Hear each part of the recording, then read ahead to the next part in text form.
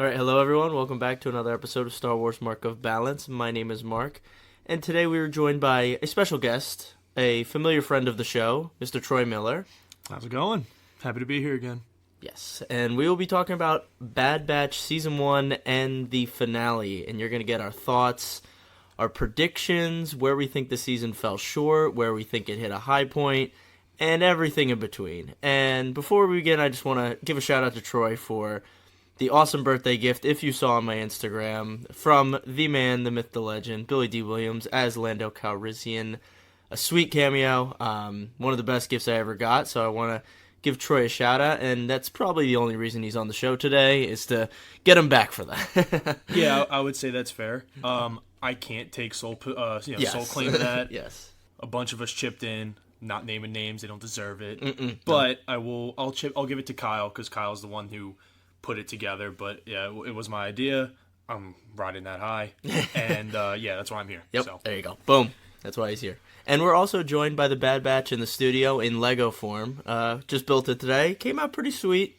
Unfortunately, Crosshair is not in his Bad Batch uniform, but he does look pretty sweet in the Death Trooper-esque armor that we think is coming soon. But anyway, we'll jump right in. We'll start with the finale because I haven't given my Part 2 thoughts yet before we talk about the season as a whole, so I'll actually jump in and let Troy give his thoughts on Part 1 and maybe some of Part 2. Yeah, so, I personally was just telling Mark, I thought the series could have ended at Part 1. I think if you would have just left that massive cliffhanger of, Kamino just getting absolutely obliterated by, the Venators, which are soon to become the Star Destroyers, I mean, if you would have just left that there, it would have left so many people hanging and would have let them wonder what happened. I mean, obviously, I'm sure everyone would know that the Bad Batch wouldn't die there. Yeah. But I think that just that suspense would have been awesome. However, when it came to Part 2, I thought they did a good job for what they had. I had told Mark I had incredibly high expectations for it. Like, I thought there was going to be this whole big thing and, a whole big fight and everything. But instead, what you saw was kind of that character development that you didn't get throughout the show with all the Bad Batch working with Crosshair, and usually every time it was like Hunter, but then you finally got Wrecker, you got Tech, and the awesome subtlety, the jab that Tech threw at Crosshair, where he was like, "Oh, why are you defending me?" He goes, "Oh, I'm not. It's just your nature." I just know where you're coming from, essentially." Yeah. And then I told Mark, my favorite line was, right when you picked up with Kamino getting destroyed, and I drawn a blank on the admiral's name, who's the one in charge. I don't remember. Yeah, actually. I can't remember his name. There's so many admirals, but he asked a status report, and he was like, the whole city's destroyed. He gives that hesitation. He was like, all Kaminoan facilities are collapsing into the sea, and you can just hear the only time you really had a clone besides the one clone on Ryloth. Hauser. Yeah. It's the one time that you really hear a clone since the Empire's taken over, and they're robotic, no more faces, it's all just their masks, and you just hear that sadness and hesitation in his voice. It's is this really what I'm fighting for? My home is now destroyed. Yeah. But to get back, I mean, I thought it was a good episode to end on. I thought the ending was a little lackluster, but after watching a YouTube video. I'm a big YouTube guy. Big theory guy. Huge YouTube theory guy. I always watch them, and I send them to Mark, and I'm like, hey. And then Mark's like, no. I'm like, okay, fine. Well, some are a little out there. Troy's like, you got to see this one. I'm like, I don't think I do. Yeah, whatever. Fine. Sue me. But yeah, I mean, there was this one thing where they think that the end of Season 1, and this is going to be the first time you're hearing this, so they think it's going to lead into a Grand Admiral Thrawn origin story into the cartoon. Don't know if that's going to happen. I have no idea. I have absolutely no knowledge on the Admiral Thrawn beginning, but I guess it's whatever planet I guess he was a part of or something. Yeah, I read the first 3 Thrawn books that came out a couple years ago, and now they're doing a trilogy of his rise through the Chiss Empire. So I think a lot of people are referencing those books right now, and they're talking about that mountain facility. Yeah. So I'm actually now seeing this episode. I'm gonna go start that trilogy and start reading those books, and hopefully get a little insight on what's going on there. Yeah, but because I mean, the guy I was watching, I was like, you could say whatever you want this place to be. I'm like, I have no idea. The only thing I was hoping for was that the the doctor, the cloner from Mando would just show up, but at the same time, I'm kind of glad they didn't. Like, you get this own thing, but I like that it just gave you that little, hey, like, this is where we took the Kaminoans. Yeah, I think what I saw was like the best way to describe part 2 was it was a good episode, but not a good finale. Yes, I would agree. It did a lot of good things, like you said. I liked the character development. I liked seeing these guys stuck in this dire situation together and have to work together. And you see good and bad sides of Crosshair, going back and forth. You see Wrecker and Tech, reach out to him. You get all these emotional moments, but at the end of the day, I think at the end, you're kind of like, I wish there was a little bit more, getting me more excited, because I think everyone would have guessed that last scene, like, yeah, that's, the Kaminoans were going to go somewhere. Yeah. Obviously, they're going to do some experiments. They had to give you that, hey, like, now we're showing you the Empire's going to start cloning. I wish there was, like, something a little bit more, like, little peek into what they were doing, and I think that would have got me a little more excited, but I do think that Season 2 has a lot of potential. I think now that they've laid the groundwork here, we have this, at least this contact made between Crosshair and his old squad. So now there's some, there's some thoughts in the back of his head like, should I be doing this? Should I not? Yeah. Even if the Empire's ever going to pick him up. I mean, he's in the middle. He's in the middle of the ocean. They already destroyed the facilities. Who knows if they're coming back?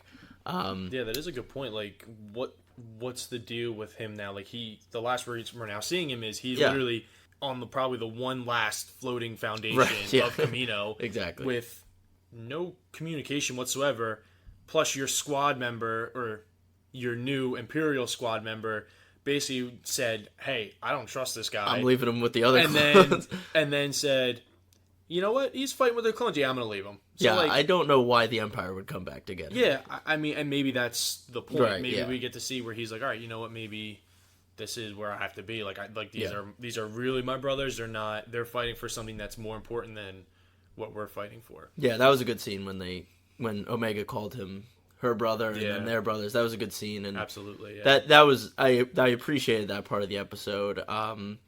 AZ, obviously, I think it would have been better if he just bit the dust and went down, as the heroic sacrifice, seeing his journey with Fives and then seeing him die here, saving Echo and then the rest of the squad, I think would have been nice and poetic. Yeah, but I think that would have been a good end to his character arc there. Yeah, but I do appreciate him still being in the Bad Batch because I love him and I'd love to see him be a part of the squad for the rest of the show. So, I can't fault it there. So doesn't Seth Green play him?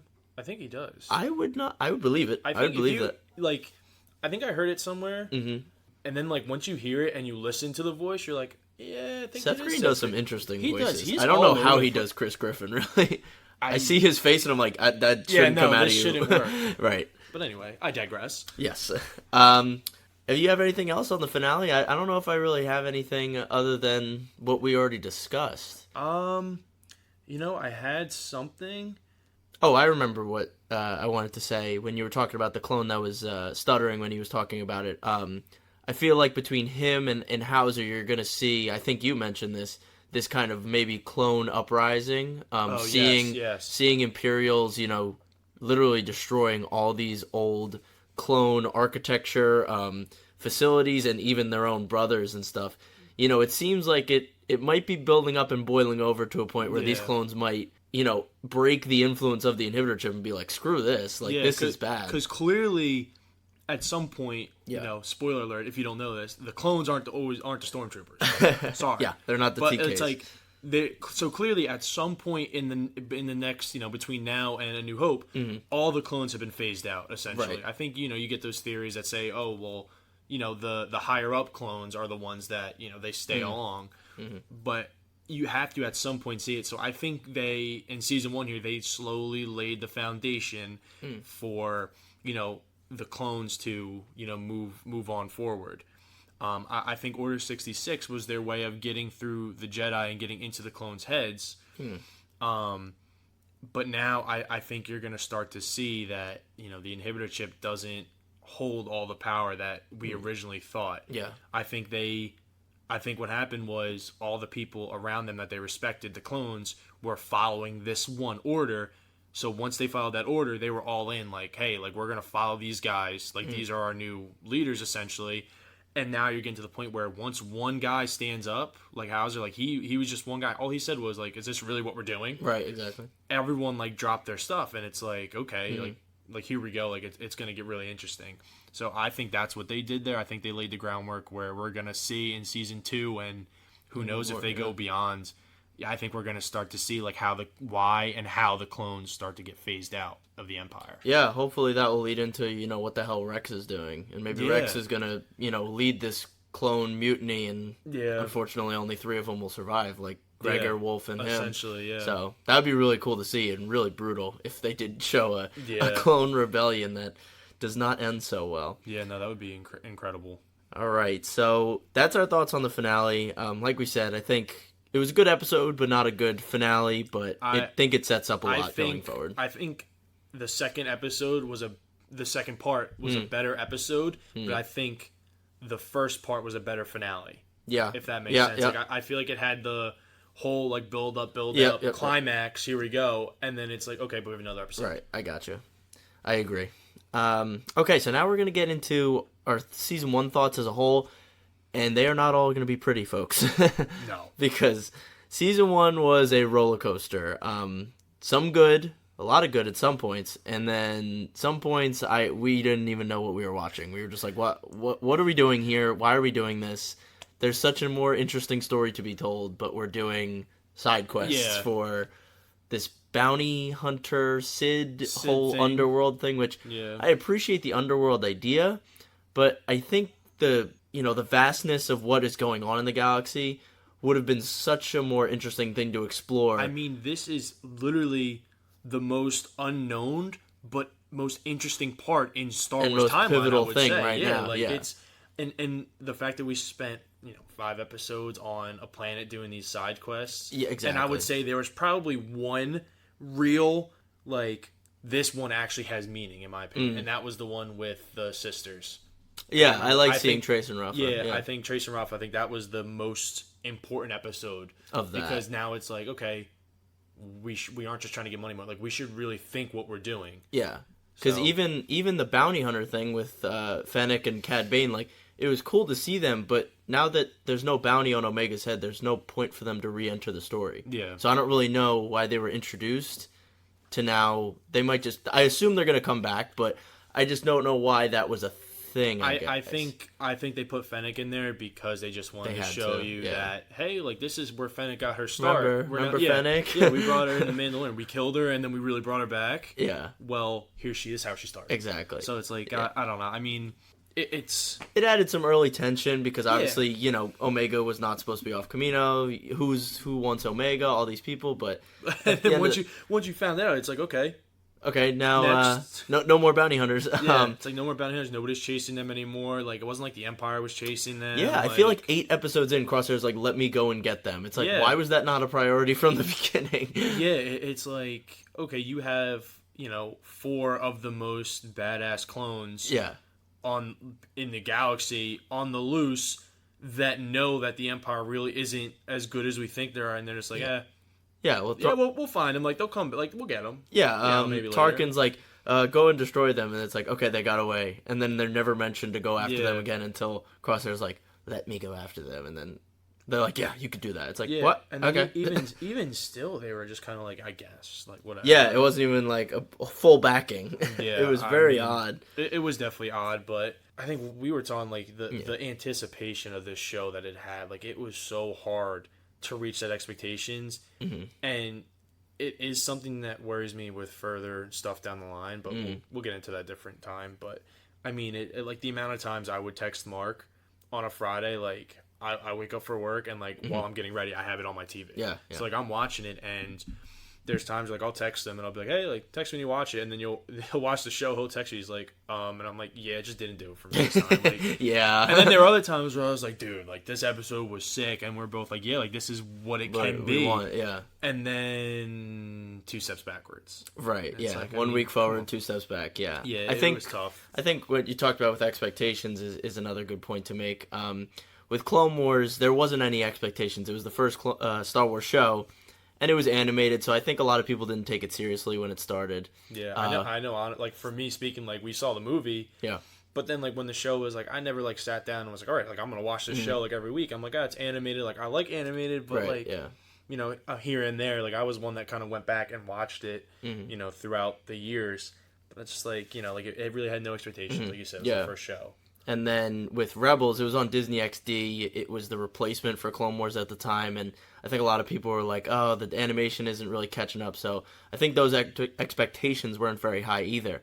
Mandalorian, yeah, expectations are high because it's a live action, but at the same time, it's a live action Star Wars TV show, so anything they show, people are going to fall in love with, because seeing Star Wars not in a movie theater and just seeing a week-to-week thing that's live action is super cool.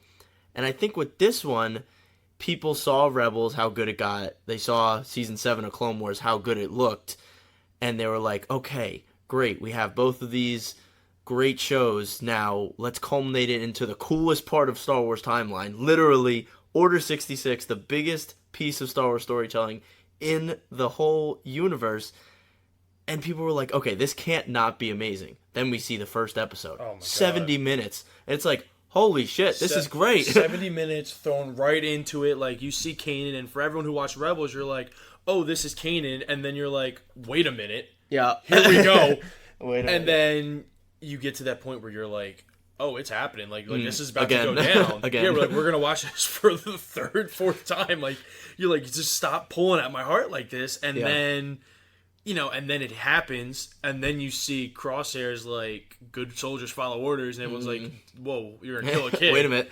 Like, you're gonna kill a kid, and he's like, yeah, and I'm gonna kill you if you get in my way. Right. You're a traitor. Yeah. And then it just hits the fan. You get all this. You get the introduction of the Empire into this. Like, you see them back on Kamino, where they all have their helmets off, except I think, does Crosshair have his helmet on during that episode? He does at some points. It's like on and off. Okay, so he still kind of shows that he's teetering there. Yep. But all the other clones, they have their helmets on. It's like, you see, it's like, oh, like, we're here.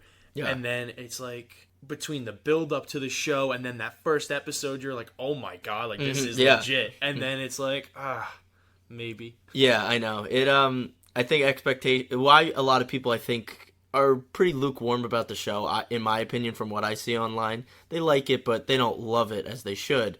I think those expectations really went into it, and I think they shot themselves in the foot by building those expectations, using this time period, and then come out with that opening episode, which I appreciate them doing it, but if they knew they were going to follow it up with this other stuff, they should have planned it out, I think, a little better before doing 16 episodes. I'd absolutely agree.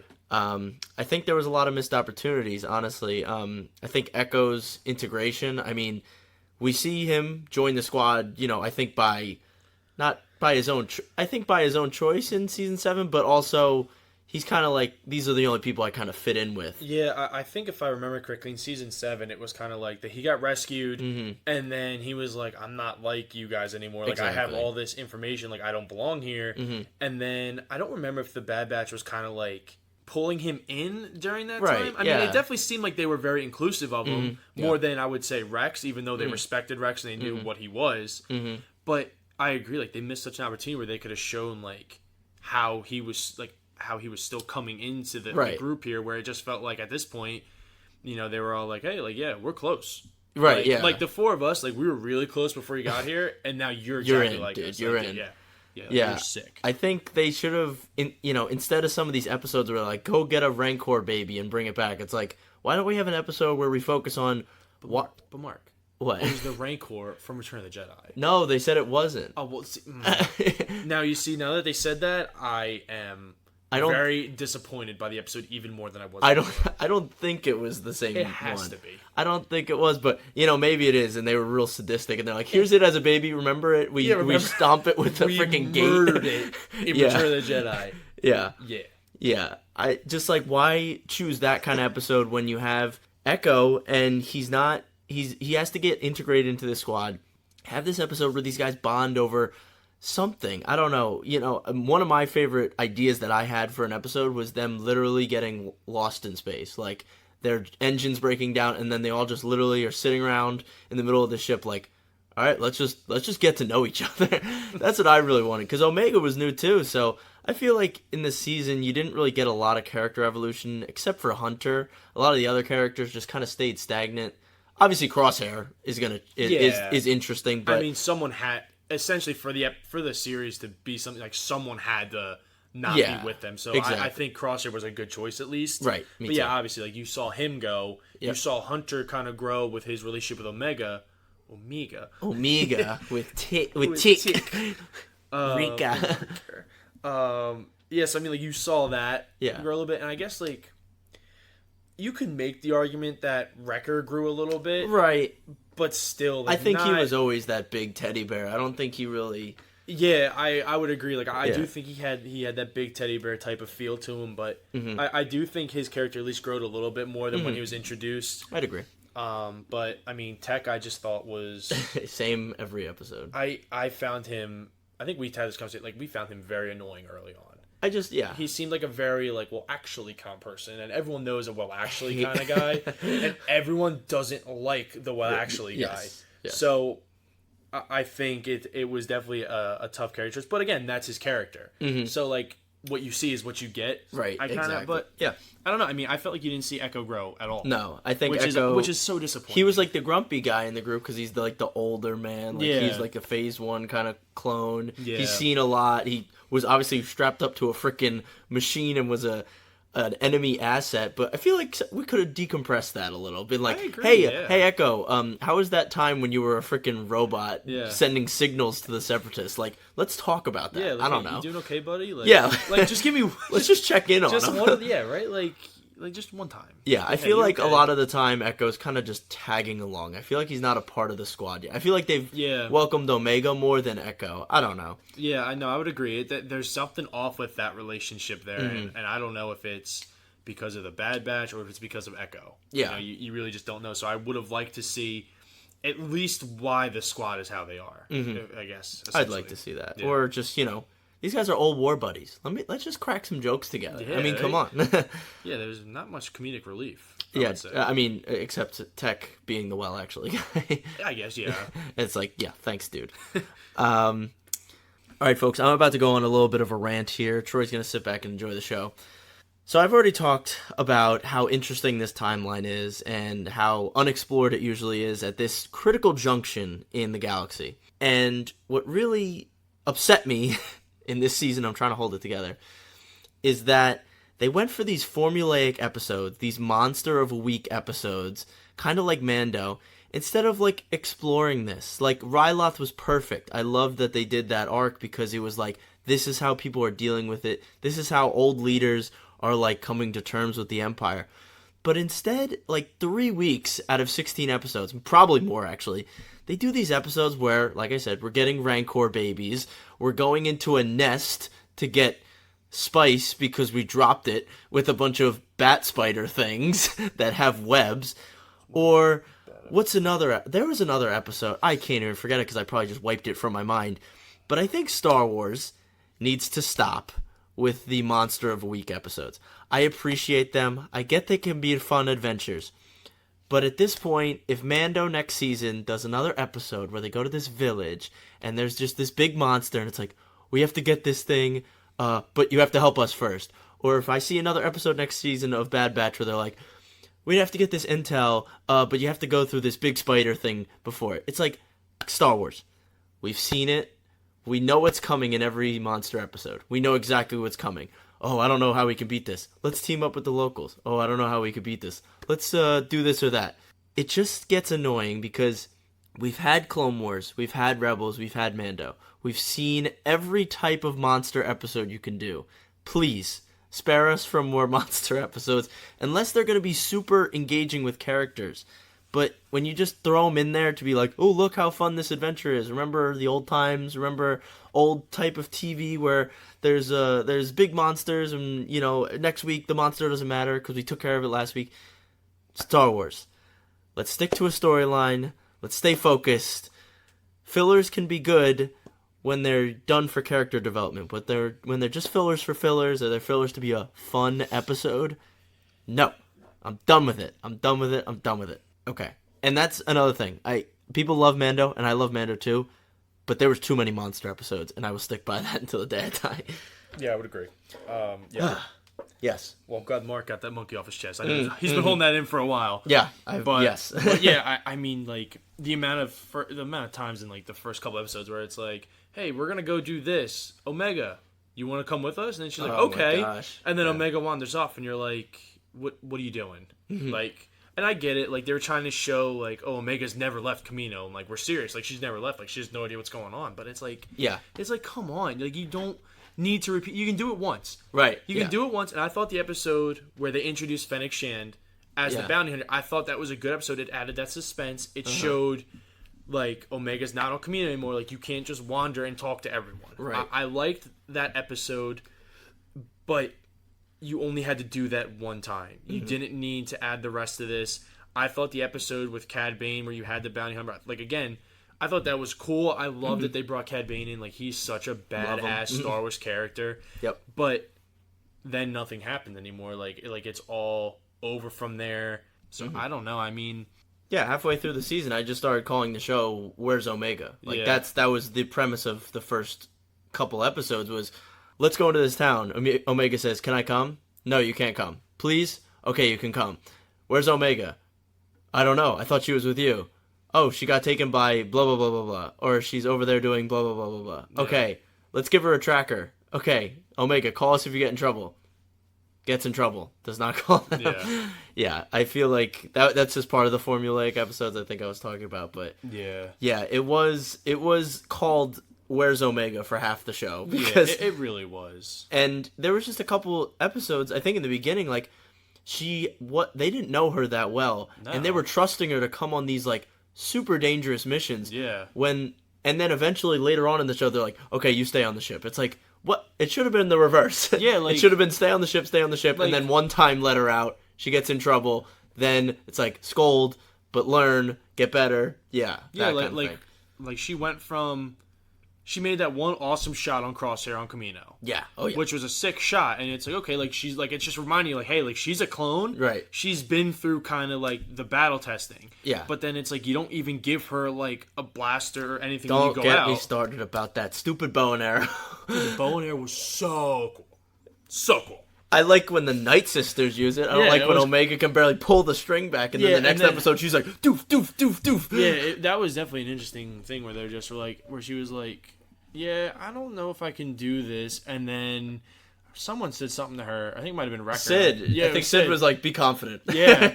And I guess maybe that's what it was. Like, maybe she just wasn't confident pulling it back, and that's why she struggled so much. But it really made it look like she was too weak to pull the bow back. Yeah, exactly. And then out of nowhere, like, in the Rancor episode, she's like, all right, like, I'm in a prime sniper position. She's like, all right, rip bow.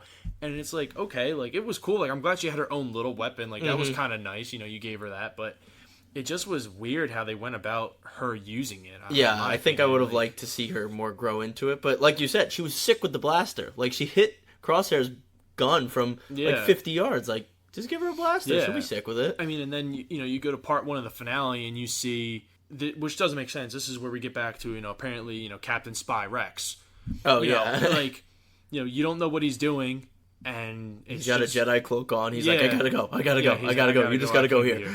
So I don't know necessarily like what's going on with him. I wish we explored that more. Maybe we will in season 2 or something. I think. I am glad though that it didn't focus on Rex. Mm-hmm. Yeah, I agree. You're going on the Camino where everyone is literally your enemy at that point. Like, there is not a single person on Camino besides, I guess, technically Crosshair who would even give them the chance to do anything. Yeah. So you're about to go up into the training facility area. First of all, like, the one guy literally came on endless missions with you. Like, how do you not think, oh, they'd expect us to go around, so we're going to go up? Like, how do you not think, well, maybe they know that they would expect us to not go in the front door and go up, so we should go in the front door? Yeah, Tech was pretty stupid. Yeah, so like you would think they would have that understanding, but then to be like, okay, if we give you this signal, call Rex because we need help. Right. It's like, you really think, in the 5 minutes where you go up there, you get captured, and you give the signal that Rex is going to be there miraculously and save the day by himself? I just don't see that, and I think it was kind of weird that they just dropped Gregor off. at Sid. It's like, again, you're going to rescue Hunter. Right. So, like, why not bring Or why Gregor? why not drop Gregor off where Captain Rex is? Like, Exactly. why does Rex have to come by himself? I don't know. I think we'll see that Yeah, later. I'm sure we'll with explore Rex. that. But yeah, we could start talking about season 2 predictions. The one last thing I wanted to talk about with season 1 was the Imperial Commandos. I think that's really cool that they're making the Commandos be these leaders and trainers of the TK units. And the coolest part about that was, there was this old game called Star Wars Republic Commando. Great first-person shooter. So hard. It is a very difficult game. So hard for no reason. The AIs are so dumb. To this day, I cannot beat it. I played it when it came out when I was like 8. Yeah. And I was like, this game's really hard and cool. I can't play it though. I can't beat it. Yeah. So here we go. They announced that they're going to release it for PS4 and PS5, and me and Mark are like high-fiving through our phones. Let's like, here go. we go. Childhood's back. And then I go start playing, and I'm just like, I'm on PlayStation. I'm like, what the is going on? Like, I can't figure this out. Like, why are you going here? Why am I going here? And I just was like, I still have not beat it. I cannot beat it. I took a break. I never went back. The casting part's so hard. I didn't even get there. Like, Mark's telling me, like, oh, like, these last 3 missions are so hard. And here I am, like, halfway through the game, and I'm like, I can't get past this level. And so I'm just like, like, I give up. Like, I can't beat it. But I'm sorry. Continue. No, that's all right. Continue. No, you get a rant, too. You get a rant, too. Yeah, so there was supposed to be a planned sequel to Republic Commando called Imperial Commando, where the same guys were going to become these Imperial Special Forces operatives. And I think it's really cool that even though that game was canceled, that storyline is kind of being picked up here. Like, you see Scorch be the bad guy in the one episode, which was brutal to watch. A bad ass. Yeah, he jumped around the corner. He was jumping it was sweet. Jumped the elevator around the corner, then took about 15 stuns. Yeah, and then shot Gregor twice. Showed no remorse on Gregor by just blasting him twice in the chest. And Gregor just was like, yeah, I'm good. Yeah, I think, sure. So I think that Republic Commando into Imperial Commando, I think that's a really cool nod to something that was canceled.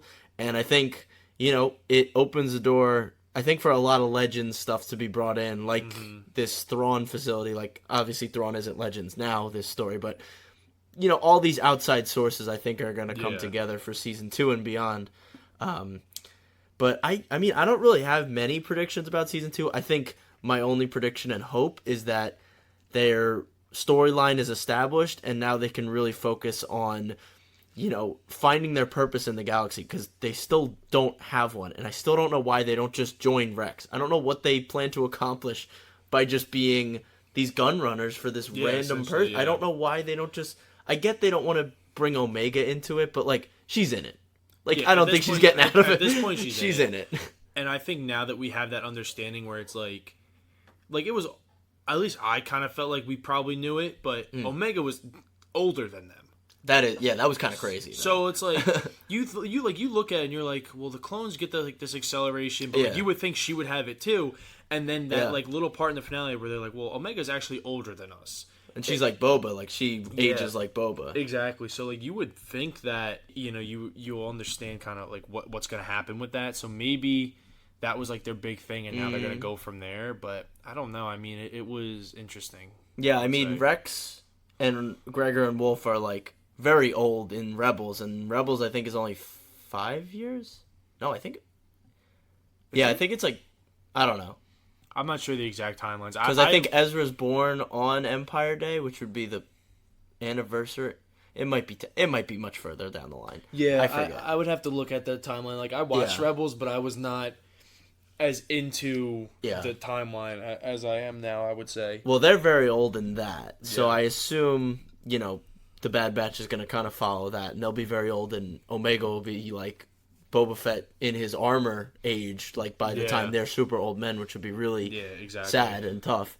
But yeah, that's the only thing I hope for season 2 is much more focused timeline. I don't need 16 episodes. No, if you can just deliver the 12 main storyline ones, I'm good there. No, I'm with you. I mean, I have some stuff for season 2 just because when it comes to certain things, like I don't always look at how deep it goes. I'm very like on the surface, but I do look at least the next layer. Yeah.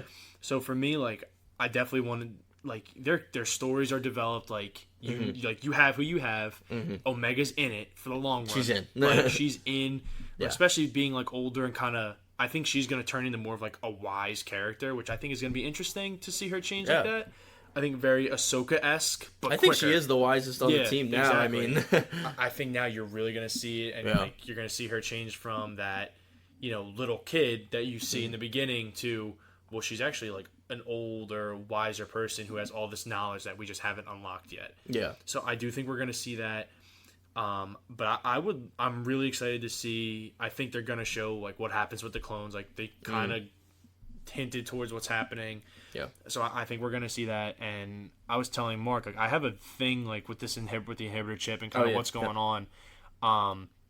You saw Fives kind of knew what was going on. And he survived that explosion. Then you see Gregor come later on, who also seems to know what's going on. Yeah. He also had that big explosion in Clone Wars that he kind of survived. And now you get Crosshair, who apparently took his inhibitor chip out, but in the beginning he had it, because when he went into that same type of machine that Rex went into in the last season of Clone Wars, and he gets his inhibitor chip out, you see Crosshair go in and kind of the opposite, like you get it magnified some more. Right, yeah. But then all of a sudden, he's got this burn right where the inhibitor chip is. Yeah. So that's something purposeful. Happened. Yeah. So I'm thinking that kind of whatever it is, whether it's like a blast or that heat, I think that messes with your inhibitor chip enough to where you're like, okay, like maybe you don't feel the effects as much. So like I like Hauser, maybe he had something happen where he doesn't feel it anymore. Yeah, I'd have to go back and look to see if he has any sort of marking in his head. Maybe have a scar. I know but he has a shaved head on the side. He has so. like a mohawk type of thing. Yeah. So I think that could be something you might see, kind of how the inhibitor. No, I chips... think that's really cool, that connection with the explosion kind of thing. Because I guess I never thought about it that way. But yeah, like. Well, I'm sure you can imagine where I found that theory. Did you find it on YouTube? I found part of it on YouTube. Yeah. Okay. Well, I was gonna give you credit, but you outed yourself. Oh no, I'll out myself. I give credit. I am not that intelligent. I don't put things together. Like it just so happened that I saw something and they were like, yeah, well, like this could be where you. That get is it really from. cool though. The heat, like Gregor, him, and Echo. Echo was hit by the explosion and survived. Yeah. Yeah. Yes. On the yes. Citadel. Echo was, yeah. Yes. I'm sorry. And then he obviously had tubes put in him. But Fives was just way ahead of his time. Yeah, that is cool, and I think it is. Like I said in my theory about the inhibitor chip, I think Crosshair got it out, but he didn't know they took it out. He thinks that it's out. Yes. But it's not. Yes, I think so too. I think it's still in, and that's why he thinks it's his own thoughts, like I want to serve the Empire, I want to serve the Empire, but really it's the inhibitor chip. Yeah. And it's that kind of thing. But at the same time, like Tech said, it does make sense for his character to want order, to be in something instead of just being like a freelance kind of thing. So it is cool that they've set that up to you're not really sure. Yeah, I do like that what they did with his character. I'm sure obviously they're gonna show, so like we don't have to hope for that. But yeah, I mean, when it comes to season 2, like just a lot less. Let's do this, like maybe let's see what Rex is up to. Like let's join up with Rex, like see what he's doing, because he's not a part of the rebellion. No. He like when we see him on Rebels, like he's really not a part of it. No. He's there living with his clone two clone buddies. They're hunting those worm things. Yeah, they're fratting out, but it's like you see them so far down the line still not in it. So clearly they're doing something else. Yeah. And I think it has something to do with Ahsoka. That's what I really think. That I think the two of them together, I think are in hiding, trying to help the galaxy in their own way. And I think something happens with Inquisitors, and that's where Ahsoka's like, "You're not safe with me. Like I need to go and find myself essentially in the galaxy now." Mm-hmm. And then I think that's when you're going to see Rex kind of go off on his own. Yeah, well, they do. I'm pretty sure the Ahsoka book is still canon, even though the Siege of Mandalore part's a little different. But that book basically picks up when she's like 18 and she like goes to a planet and goes into hiding on the planet, and then that's how she gets her lightsabers eventually. She kills an Inquisitor, takes his crystal, and makes 2 lightsabers that are white. So yeah, that would make sense. That's really cool. But yeah, I think seeing Rex, what's going on there. I think the clone mutiny, I think, is brewing. seeing the Bad Batch, figure out what the hell they want to do with their lives right now. Yeah, I think you need to see that. Seeing Crosshair be, I think, denied by the Empire. I think so and too. He's gonna have to he's gonna reach out to them and be like, "Hey, yikes, can I come back?" I tried to kill you guys. I said I didn't like you guys, but I'd like to come back. Yeah, and then the cloning facility, the doctors, and see what they're doing there. But I think all of that will be very interesting. I think season 1 had its ups and downs. Absolutely, but yeah. I think I said this, I say this every time that it gets good, but I think now, definitively, it is ready to progressively keep moving forward, no steps back. Yeah, and like Dave Filoni, has always been good with Star Wars, whether no matter what it was. I saw something that someone was like, I wish we would have met like Keenan Voss, that one Jedi, who I guess had a love interest with Asajj Ventress. Yeah, great book. Yeah, so I guess people were saying that like they wish that he would have came up, which was kind of I'm not sure if he's alive or not. It was kind of interesting because I'm like not really sure where he would fit in the story, but yeah, someone was like, I wish he would have came up at the end. I think people just like exciting, like add things. Yeah. I remember. But before we wrap it up here, but basically like they were hoping that in season 1 a Jedi came up.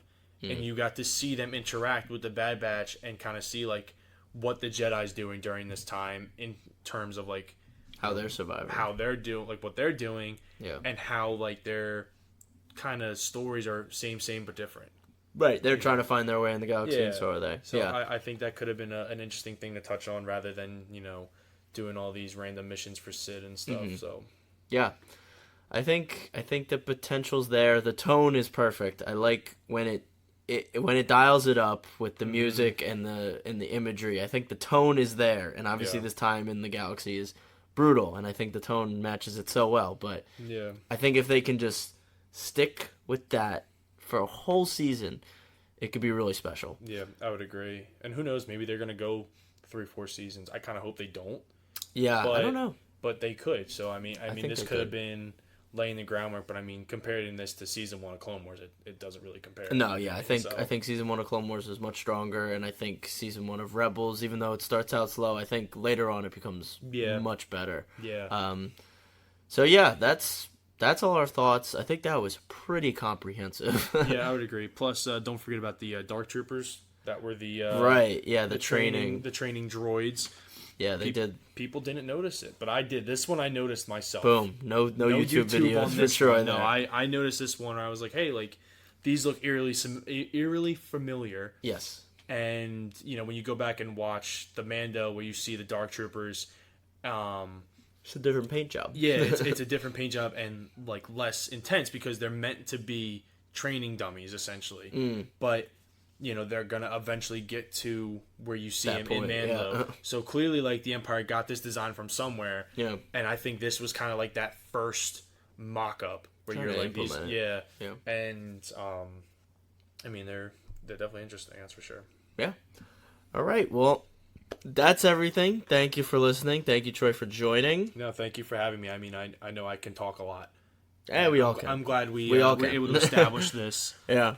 Of course, and we'll probably see Troy more in the future for some more takes and other such thoughts, so he'll be around again. Maybe with the other two fellows. Maybe.